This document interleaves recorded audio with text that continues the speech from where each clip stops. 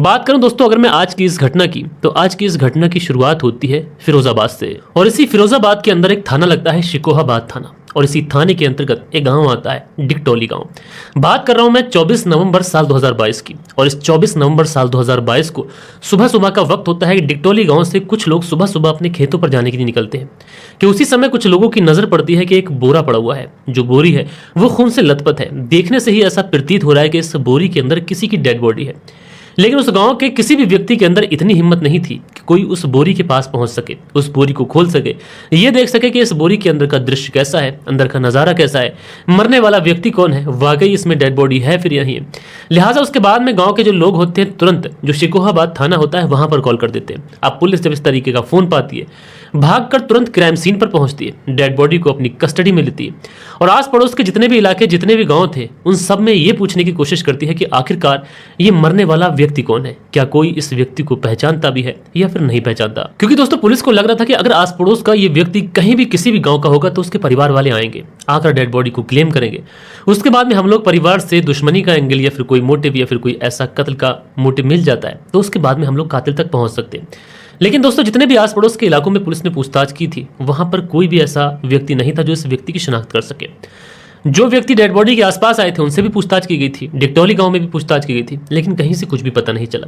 लिहाजा उसके बाद में पुलिस जो थी वो इस डेड बॉडी के फोटोग्राफ्स को अलग अलग सोशल मीडिया पोर्टल, चाहे फेसबुक हो या चाहे इंस्टाग्राम हो चाहे व्हाट्सएप की ग्रुप, हर जगह पुलिस जो थी उन तस्वीरों को वायरल करती है और साथ में ये लिखती है कि इस तरीके का एक व्यक्ति जिसकी डेड बॉडी डिगटोली में 24 नवंबर साल 2022 के दिन मिली है, अगर किसी के परिवार का या फिर किसी का जानने वाला ये व्यक्ति हो तो कम से कम आए और आने के बाद में डेड बॉडी को क्लेम करे और उसके बाद में डेड बॉडी को अंतिम संस्कार के लिए ले जाए। दोस्तों पहले पुलिस ने गांव में आस पड़ोस के लोगों में हर जगह पूछताछ कर ली थी और पुलिस अब सोशल मीडिया का भी सहारा ले रही थी।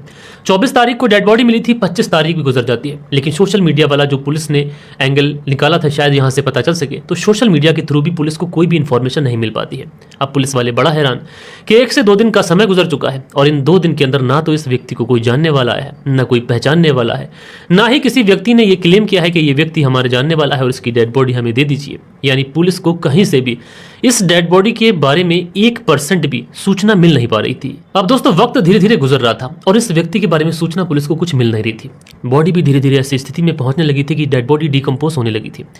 लिहाजा उसके बाद में पुलिस वाले डेड बॉडी का पोस्टमार्टम कराते हैं। पोस्टमार्टम कराने के बाद में इस व्यक्ति का धर्म परीक्षण कराया जाता है और उसके बाद में इस व्यक्ति के धर्म के हिसाब से इसका अंतिम संस्कार कर दिया जाता है। इसके कपड़े, बाकी की जो चीज़ें मिली थी वो पुलिस थाने में रख ली जाती है और पुलिस ये कहती है कि इस तरीके का कोई व्यक्ति, चाहे कपड़ों के आधार पर चाहे फोटोग्राफ्स के आधार पर, अगर किसी के पास में भी सूचना हो कि ऐसा ऐसा व्यक्ति कोई गायब है या फिर कहीं पर इसकी गुमशुदगी की रिपोर्ट दर्ज कराई हो या फिर कोई परिवार ये क्लेम करे कि ये व्यक्ति हमारा है, तो वो आने के बाद में हमसे बात करें। उसके बाद में ये जो मामला था आया गया हो जाता है और ऑल तरीके से अगर देखें तो ये जो मामला था क्लोज होने की कगार पर होता है। डेड बॉडी का अंतिम संस्कार हो गया था, सारी चीज़ें हो गई थी। लेकिन दोस्तों इसी बीच में एक दूसरी जगह पर या फिर यूं कहें कि दूसरे प्रदेश के अंदर एक व्यक्ति की गुमशुदगी की रिपोर्ट दर्ज कराई जाती है। दरअसल जो मिसिंग कंप्लेंट दर्ज हुई थी ये बिहार के चंपारण में हुई थी। अब उसके बाद में जब ये सारी चीज़ें पता चलती हैं, डिगटोली जिस इलाके में डेड बॉडी मिली थी यानी शिकोहाबाद थाने में इस तरीके की इन्फॉर्मेशन पहुंचती है, तो यहाँ से पुलिस वालों को एक तरीके से ये लगना चाहिए था कि शायद ये केस क्लोज हो गया है, यानी डेड बॉडी की शिनाख्त हो गई है, मरने वाला व्यक्ति बिहार के चंपारण का रहने वाला है। लेकिन यहाँ पर पुलिस की मुश्किल और ज़्यादा बढ़ जाती है। कायदे से 24 नवंबर साल 2022 को ये डेड बॉडी मिली थी। 29 नवंबर साल 2022 को ये जो बिहार का परिवार था इस शिकोहाबाद थाने में पहुंचता है और उसके बाद में इस डेड बॉडी के जो कपड़े वगैरह थे वो लेता है। लेने के बाद में पहचान करता है कि हाँ ये व्यक्ति हमारा ही है।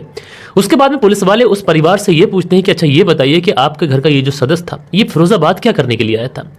तो उसके बाद में उस मृत व्यक्ति के फैमिली वाले कहते हैं कि साहब इसके बारे में हमें कोई सूचना नहीं है। दरअसल ये व्यक्ति तो राजस्थान में रहकर काम किया करता था। अब राजस्थान से फिरोजाबाद कैसे आया, क्या हुआ, इसके बारे में कोई सूचना नहीं है।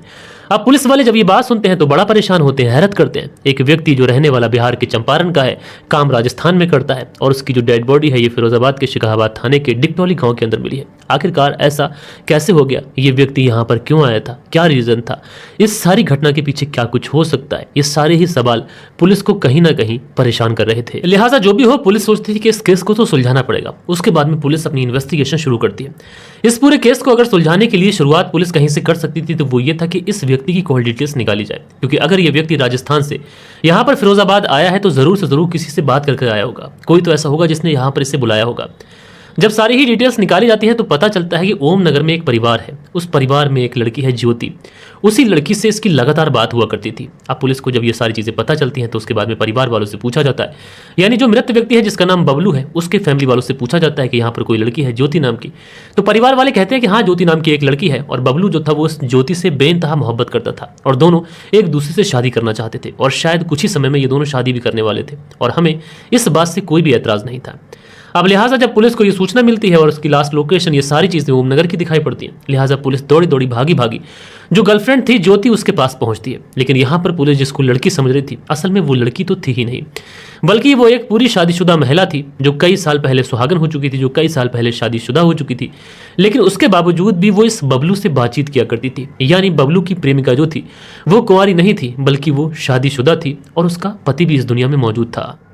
लड़की के शादीशुदा होने की बात जब इस बबलू के फैमिली वालों को पता चलती है तो वो भी पूरी तरीके से चौंक जाते हैं। उनके पांव तले से जमीन खिसक जाती है क्योंकि बबलू ने एक ऐसी लड़की से प्यार किया था जो शादीशुदा है और जिसे ये बबलू के परिवार वाले कुंवारा समझ रहे थे। पुलिस भी हैरान होती है, बबलू के फैमिली वाले भी हैरान होते हैं। इसलिए पुलिस जो थी वो शक के आधार पर इस ज्योति को उठा लेती है। उठाने के बाद में इसे सीधा पुलिस थाने लेके पहुंचती है क्योंकि लास्ट बार ज्योति से ही बात हुई थी और ज्योति की वजह से ही ये यहाँ पर आया था। तो अगर इस पूरे केस के अंदर कोई कुछ बता सकता था तो वो ज्योति बता सकती थी। लिहाजा उसके बाद में पुलिस ज्योति को पुलिस थाने लेके पहुंचती है और इससे पूछताछ की जाती है।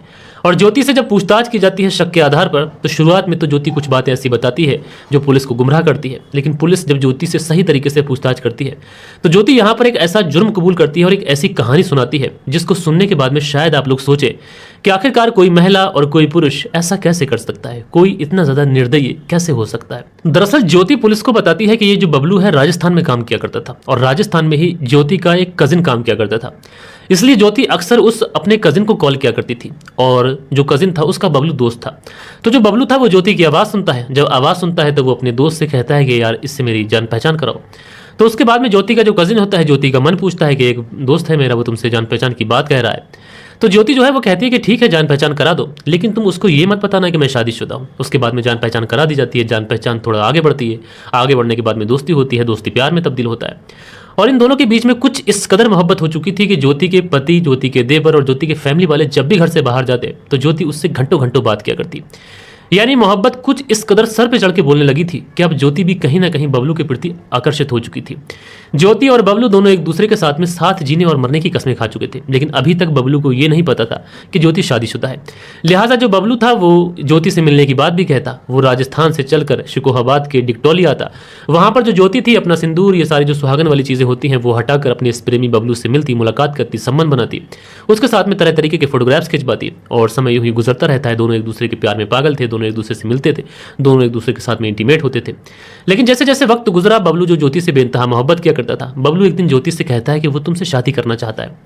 अब जैसे ही ये बात ज्योति सुनती है ज्योति की सिट्टी विट्टी गोल हो जाती है क्योंकि ज्योति तो ऑलरेडी शादीशुदा है। भले ही उसने अपने प्रेमी बबलू को ये नहीं बताया, लेकिन ज्योति असमंजस में पड़ जाती है कि एक तरफ उसका पति है और एक तरफ उसका प्रेमी है जिसके साथ वो जीने मरने की कस्में खा चुकी है। अब ज्योति को समझ नहीं आता है कि आखिरकार वो करे तो करे क्या, जाए तो जाए कहाँ, क्योंकि जो ज्योति थी वो सिर्फ और सिर्फ इस लड़के बबलू के साथ में टाइम पास कर रही थी। ज्योति तो ऑलरेडी शादीशुदा थी लेकिन उसके बावजूद भी टाइम पास कर रही थी। लेकिन अब ज्योति को लगने लगा था कि जिसको वो लड्डू समझ के खा रही थी वो अब उसके गले की फांस बन चुका है। लिहाजा ज्योति जो थी अब वो इस बबलू को इग्नोर करना शुरू करती है। जब कभी भी बबलू ज्योति को मिलने के लिए बुलाता ये इनकार कर देती, कभी फोन करता तो बात करने से मना करती, शादी की बात कहता तो ज्योति भड़क जाती। वो कहती कि मैं तुमसे शादी ही नहीं करना चाहती। अब बबलू बड़ा परेशान कि क्या करे, आखिरकार ये वही लड़की है जो मुझसे बेइंतहा मोहब्बत किया करती थी, क्या ये वही लड़की है जो मेरे साथ में जीने और मरने की कस्में खा चुकी थी, आखिरकार इसको क्या हुआ है। ये सारी चीजें सोच सोचकर बबलू परेशान रहता, लेकिन उसके बावजूद भी ये ज्योति को मनाने की कोशिश करता। लेकिन ज्योति मानती तो तब ना कि जब वो शादीशुदा ना होती। इसलिए ज्योति को लगता है कि उसका जो वैवाहिक जीवन है ये पूरी तरीके से अस्त व्यस्त हो जाएगा। इसलिए वो लगातार इस बबलू को इग्नोर करती रहती। अब जब बबलू इग्नोर करते करते परेशान हो जाता है तो एक दिन वो ज्योति से कहता है कि देखो, अगर तुम मुझसे शादी नहीं करना चाहती हो तो तुम्हारे जो फोटोग्राफ्स मेरे पास हैं एक बार उनका ध्यान कर लो। मैं आऊंगा तुम्हारे घर वालों के सामने और जो तुम्हारा रिश्तेदार मेरा दोस्त है उसको भी तुम्हारे फोटोग्राफ्स दिखाऊंगा, तब क्या करोगी। मैं तुम्हारे रिश्तेदारों के सामने तुम्हें बेइज्जत करके तुमसे शादी करूंगा, तब तुम क्या करोगी। अब जैसे ही ये बात ज्योति सुनती है उसकी तो सिट्टी बिट्टी गुल हो जाती है कि वो तो बस मजे के लिए, बस टाइम पास करने के लिए सब कुछ कर रही थी। और मेरे कुछ फोटोग्राफ्स इसके पास में है, अगर इसने वायरल कर दिए तो उसकी शादीशुदा जिंदगी पूरी तरीके से तहस नहस हो जाएगी, बर्बाद हो जाएगी। ये सोचकर ज्योति जो थी ये बहुत ज्यादा परेशान हो जाती है। अब जब ज्योति को ये लगने लगता है कि ये मामला खराब हो सकता है, इसलिए ज्योति जो थी अब बबलू को मनाने लग जाती है। उससे कहती है कि तुम जहां बुलाओगे मैं आऊंगी, तुमसे हमेशा तुमसे टच में रहूंगी, सारी जिंदगी तुम्हारा साथ दूंगी, बस तुमसे शादी नहीं कर सकती। लेकिन जो बबलू था वो जिद पर अड़ा हुआ था कि मैं बस तुमसे शादी करना चाहता हूँ, जो कुछ तुमने मेरे साथ में किया है वो तो ठीक है, लेकिन शादी कर तमाम जिंदगी तुम्हारे साथ में रहना चाहता हूँ। मैं तुमसे प्यार करता हूँ, तो भला शादी करने में तुम्हें गुरेज कैसा है, कैसा एतराज है। अब दूसरी तरफ जो ज्योति थी वो शादी भला कैसे करे, क्योंकि वो तो ऑलरेडी शादीशुदा है और ये बातें वो बबलू को बता नहीं सकती थी। उसके बाद में ये किसी तरीके से अपने पति से बात करती है, अपने देवर से बात करती है और अपने एक सगा भाई होता है उससे बात करती है, और उसके बाद में बबलू के बारे में सारी बात सिलसिलेवार तरीके से बताती है। ये अपने भाई, अपने पति, अपने देवर से कहती है कि एक लड़का है जो मुझे बहुत ज्यादा परेशान कर रहा है। हंसी हंसी में, मजाक मजाक में मैंने उससे थोड़ी सी बात क्या कर ली, थोड़ा सा उसके साथ में कोई फोटो क्यों ना खिंचवा लिए, तो उसके बाद में वो जो लड़का है ये मुझे परेशान कर रहा है, मेरी तस्वीरों को, मेरे फोटोग्राफ्स को वायरल करने की धमकी दे रहा है। यानी इस कदर ये अपने पति को, अपने भाई को, अपने देवर को भड़काती है, न जाने क्या क्या बातें उन लोगों से कहती है कि वो लोग अब इस बबलू के खून के प्यासे हो जाते हैं। उसके बाद में ये लोग सब मिलकर प्लानिंग करते हैं। प्लानिंग के बाद में ज्योति जो थी बबलू को कॉल करती है और कॉल करने के बाद में कहती है कि अगर तुम मुझसे शादी करना चाहते हो तो अभी के अभी डिक्टोली आ जाओ, यानी जो इसका गांव है ओमनगर, उस ओमनगर में आ जाओ। अब इसके बाद में ये जो लड़का था बबलू, वो सुनता है कि अरे ठीक है, उसकी प्रेमिका उसको बुला रही है, शादी करना चाहती है, जिसके लिए वो इतना ज़्यादा मान मनोवर कर रहा है, जितनी ज़्यादा कोशिश कर रहा है, आज वो खुद कह रही है कि तुम आ जाओ ओमनगर में, शादी कर लेंगे। लिहाजा जो बबलू था तुरंत अपना टिकट कराता है और टिकट कराने के बाद में सीधा जो शिकोहाबाद का ओमनगर है वहां पर पहुंच जाता है। वहां पर पहुंचता है, इस लड़की ज्योति के घर पहुंचता है। घर पहुंचने के बाद में ज्योति कहती है कि तुम बहुत थके हारे आए हो, आज घर पर वैसे भी कोई है नहीं, तो आज रात तुम यहीं पर रुको, खाना वाना खा लो, सो जाओ, उसके बाद में हम लोग सुबह बात करते हैं। अब जो बबलू था ये खुश हो जाता है कि चलो ठीक है, आज रात यहीं पर रुकना है। खाना वाना खाता है, उसके बाद में सो जाता है।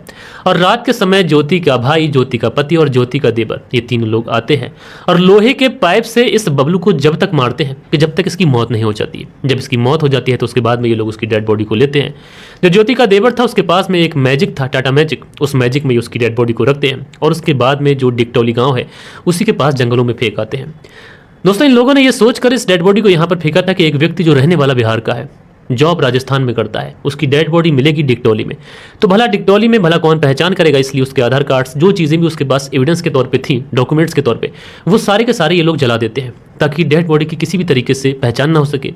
एक तरीके से लावारिस में इसका अंतिम संस्कार हो जाए और इस केस को कोई खोल ना सके। और लेकिन दोस्तों, यूं कहें कि जो बबलू था मरने के बाद उसकी किस्मत थोड़ी सी रंग लाती है, शायद उसको इंसाफ मिलना था कि एक ही समय पर दोनों जगह पर एफआईआर दर्ज हो जाती है, एफआईआर मैच हो जाती है और उसके बाद में इस पूरे केस का खुलासा हो जाता है। यकीन मानिए दोस्तों, जब इस पूरे केस का खुलासा होता है तो लोग हैरान होते हैं कि आखिरकार एक महिला इतना कैसे गिर सकती है। पहले शादीशुदा होते हुए वो किसी से प्रेम संबंध बनाती है और उसके बाद में अपने पति, अपने भाई, अपने देवर को मिला लेती है अपने साथ में। लेकिन दोस्तों, बड़ी हैरानी की बात है ज्योति के पति और उसके भाई और उसके देवर पर। एक तो उसकी पत्नी गलत काम करती है और दूसरी बात में वो उसका गलत काम करने में उसका साथ देते हैं। तो दोस्तों, आप लोग इस पूरी कहानी को किस तरीके से देखते हैं कमेंट्स करके बताइएगा। कल के दिन